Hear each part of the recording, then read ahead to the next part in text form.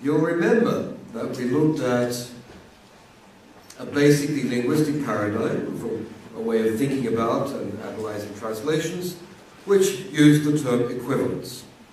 And equivalence, as far as that paradigm was concerned, was fairly straightforward, a thing of equal value, and you would then play around with the ways of making that equation to get the equal value. The equivalence paradigm was complex but united in that they all thought the ideal was equivalence, and that meant equivalent to a source text. And so you would analyze a source text, as you probably do in most of your classes. Or when you're going over the renditions you give interpreting, a reference will be made back to that original speech to assess your quality. That's an issue I'm going to look at in today's talk. Skopos theory, the theories of purpose, came in and said, well, no, the key thing is not the source text. The source text is not the king, not the queen. What's important is the reason why you're interpreting or translating, the action you hope to achieve in a particular situation. And that purpose, which they called skopos, became the most essential thing in a translation performance. That was from about 1984.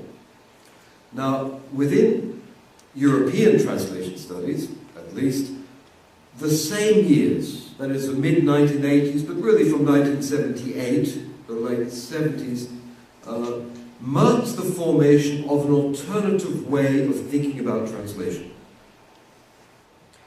And here is a very schematic way of portraying this.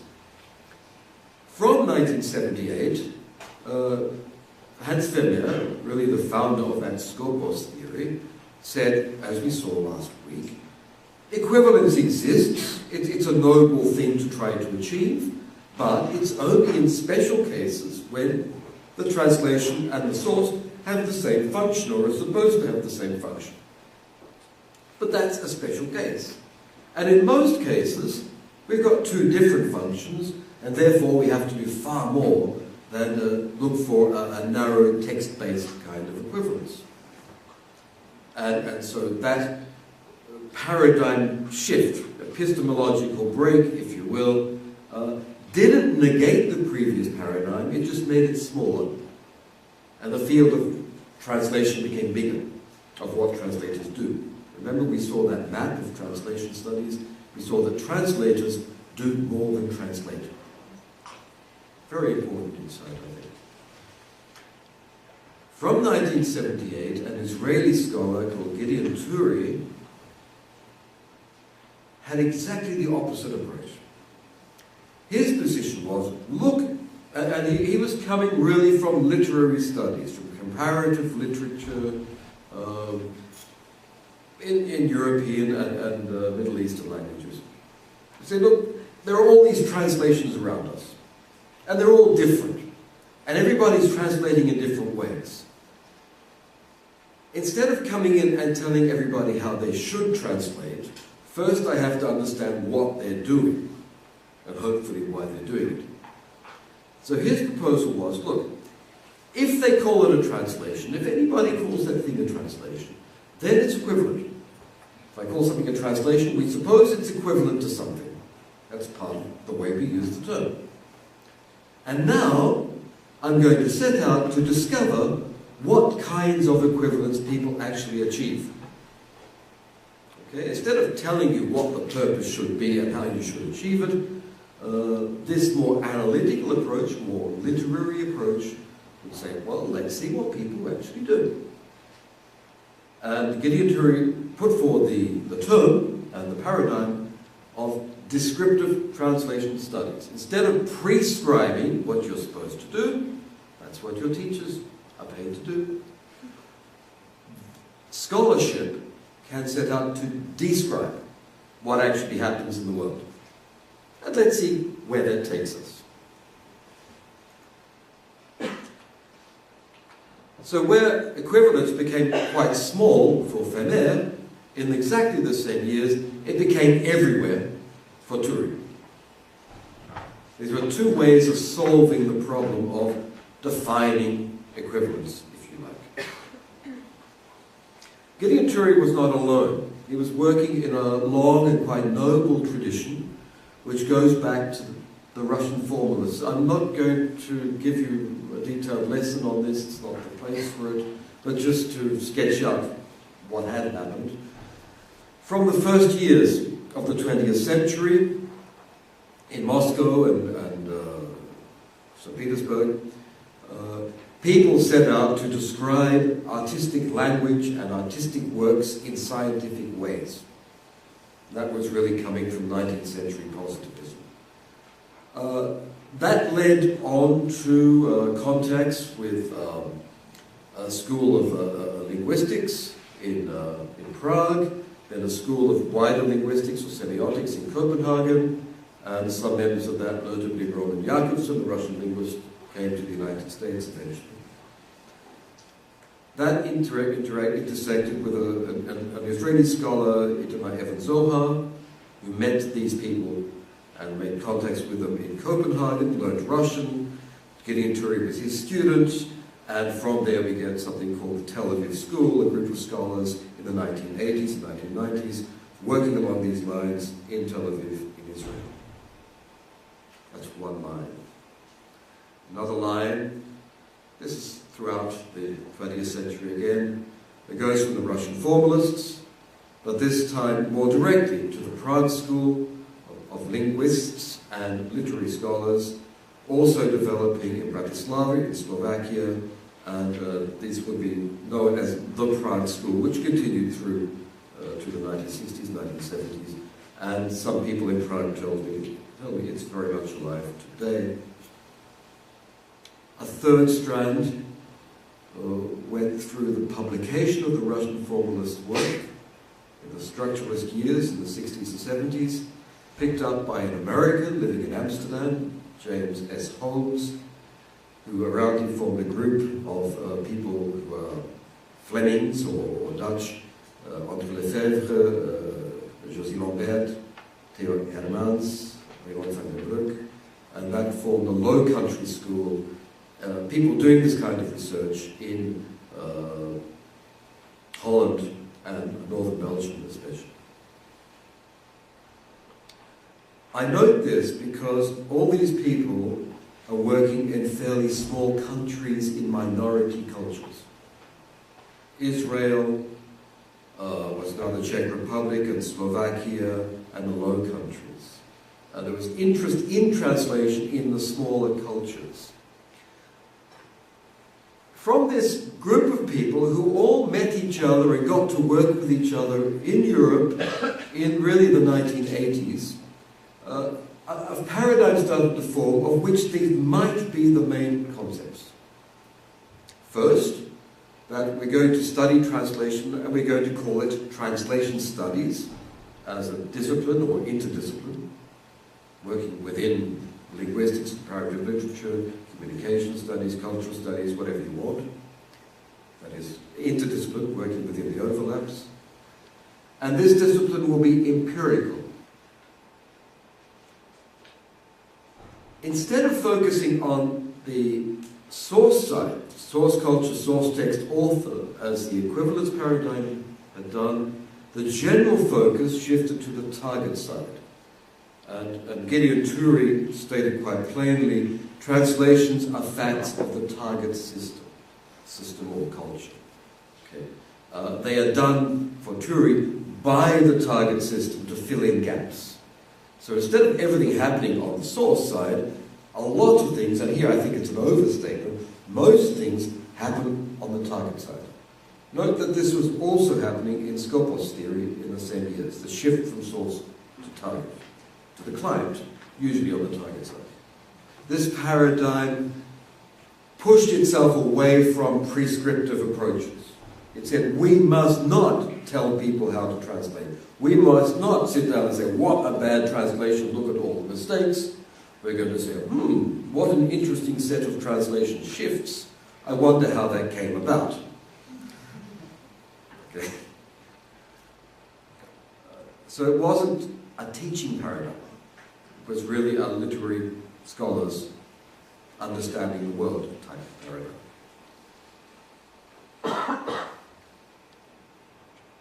in tune with the change of literary studies itself and cultural studies, in tune with the general tendency to look not just at texts, but at wider social contexts.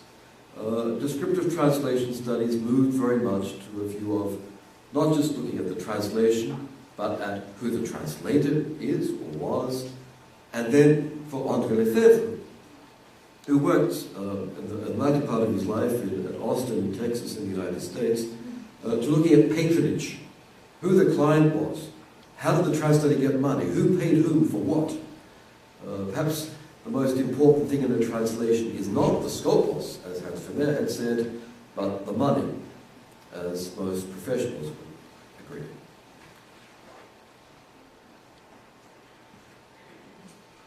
And from the work of Itamar Evans-Zohar, mentioned there as the Israeli scholar who really made the contact with Russian formalism and the Tel Aviv school, Evans-Zohar wanted to see cultures as systems of systems.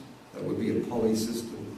That is, you have a language, you have a way of eating, you have a military, you have a legal system, you have an economy. All these things fit together in a system of systems, the kind that we live around, that we live within. And he would ask, well, where in this system of systems, in the polysystem, where do we find translated literature? Where do we find translation operating? And his general proposal is that translations tend to be peripheral. That is, they tend to be not the kinds of texts that change things in the system. A central text would generate new ways of seeing the world, would generate new forms of culture. Evans-Zohar's general proposal is that translations are normally peripheral, conservative, if you like, and only exceptionally do they occupy central roles and bring about change in the receiving polysystems. Okay, I summarize vast quantities of research here. I think, though, the central concept, and the one that should be of most interest to you as practitioners, is that of norms. This was introduced by Gideon Turi, who recognized that very rarely, when we're translating, are there strict rules. We can say that's right or that's wrong. You can in grammar, spelling mistake, right and wrong. But a lot of what we're doing when we're interpreting or when we're translating is a question of choice. We decided to do it that way, we could have done it the other way. Do you explain that Eton is a prestigious aristocratic school? Well, it's not a law, it's not a rule. Do you repeat the term dragon naturally speaking when you're translating? Do you explain it? Do you use the English? Do you use the source script? Can you can't? There's not entirely free will. You can't do anything you like, but it's not entirely regulated by laws where you're sunk if you don't. Okay? There's, in between these two, a field of norms. Norms are dispositions to act, our modes of activity, that are considered correct, and for which there is some penalization if you don't adhere to it, but it's not an outright law. Okay, it's not grammar. I'll give you some examples in a minute. Within translation studies, we make some basic distinctions between different kinds of norms, and I'll illustrate these two. First is what people expect you to do as a translator, what translators expect in other translators, interpreters even more so. What you actually do, these will be the production norms that we can get by looking at text or looking at renditions. What people get better at as they become translators. There are a lot of research has gone on in that respect. And there are preliminary norms as to how a project gets set up. The simplest are production norms. Simplest because you can just get the text and look at what's done with what frequency. Here, for example, are the production norms, what I've discovered for your translations of Dragon Naturally Speaking. Remember we did that text 2 weeks ago? And I can't read all your languages, but I can read the word Dragon Naturally Speaking, and I can see if you've used the English script, or if you've tried to translate it into something, or if you've used the English and a Russian form of it, and if you've used it once or twice. It was a short text, they had it twice in English. Okay? So in my study, what do I do? I've got several options. You could have used the target language script, that is, got rid of the English entirely. This is just the word Dragon Naturally Speaking, the name of the company, in fact, of the product. You could explain what a dragon is. Leave dragon in English and explain what something is going on. You can use the source language for that once, or you could use it twice. Okay, so I've got these 4 basic options that I found. I didn't set out to do that, I just looked at what was done, and here's what I found. 4 options. Okay? And then I map them according to the language groups. And I discovered that different languages do different things. And there's no rule for this. It's not a law. Because, people going into Korean, all 4 options are present in Korean. And nobody felt particularly guilty, did they? But, I can say, the norm in Korean was to use Korean, the target language script. Okay? That was the norm because the others are present, but it is the one that is by far the most popular. And in Chinese, but not, the distribution is, Chinese are not as sure about it. Okay? Koreans, as what we would call a translation culture, the translators and the people who use translations are in a certain culture and they agree on certain ways of doing things on this basic evidence that is only transitory. It seems that the Korean culture is fairly coherent. They decide that this is the norm. Other things can be done. Chinese culture is far more diverse. There's not the same level of agreement, or there is tolerance for other kinds of solutions. Japanese really don't know what they're doing, except they didn't want to use the source language in Japanese, okay?